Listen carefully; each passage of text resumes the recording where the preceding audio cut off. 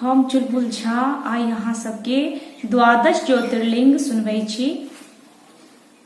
सौराष्ट्र देशे विशदे तिरम्मे ज्योतिर्मयं चन्द्रकलावतंसं भक्ति प्रदानाय कृपावतीर्णं तं सोमनाथं शरणं प्रपद्ये।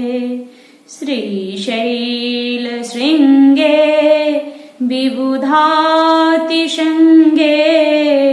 तुलाद्रितुङ्गे विमुदावसन्तं तमर्जुनं मल्लिकपूर्वमेकं नमामि संसारसमुद्रसेतुम्। अवन्तिकायां विहितावतारं मुक्तिप्रदानाय च सज्जनानाम् अकालमृत्योर्परिरक्षणार्थं वन्दे महाकालमहासुरेशम्। कावेरिकानर्मदयोपवित्रे समागमे सज्जनतारणाय सदैव मन्दात्रिपुरे वसन्तम् ओंकारमीशं शिवमेकमीडे। पूर्वोत्तरे प्रज्वलिका निधाने सदा वसन्तं गिरिजासमेतं सुरासुराराधितपादपद्यं श्रीवैद्यनाथं तमहं नमामि। यां मे शदङ्गे नगरे तिरं मे विभूषिताङ्गं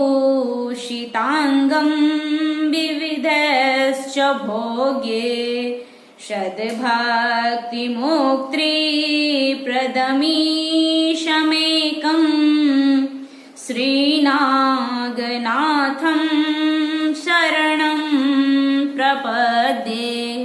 महाद्रिपार्श्वे च तटे रमन्तं सम्पूज्यमानं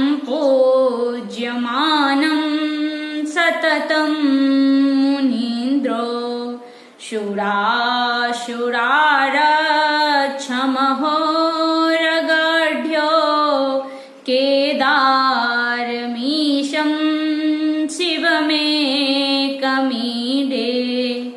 सहाद्रिशीर्षे विमले वसन्तं गोदावरीतीरपवित्रदेशे यदर्शनत्पातकमस्पुनाशं प्रयाति तं त्र्यम्बकं मीशमीडे।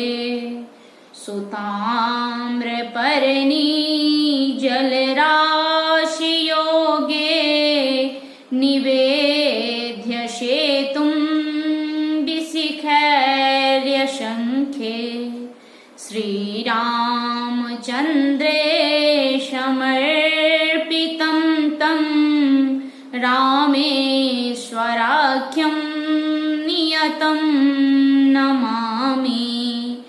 यमडाक्निशाक्निकासमाजे निषेव्यमानं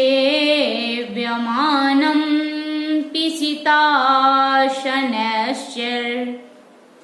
सदैव भीमादिपदप्रसिद्धं तं शङ्करं भक्तिमाद्यमीशं सहितं नमामि सानन्दमानन्ददवने वसन्तम् आनन्दकन्दं हतपापवृन्दम् वाराणसीनाथं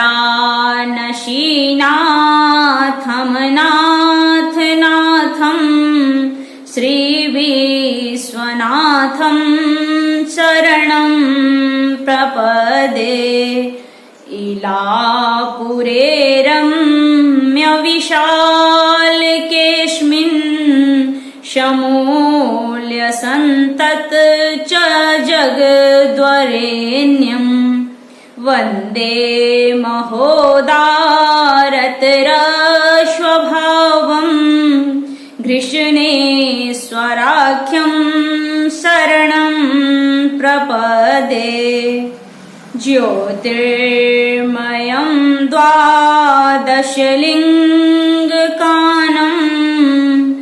शिवात्मना प्रोक्तं हृदं क्रमेण अस्तुत्या पठित्या मनुज्योतिभक्त्या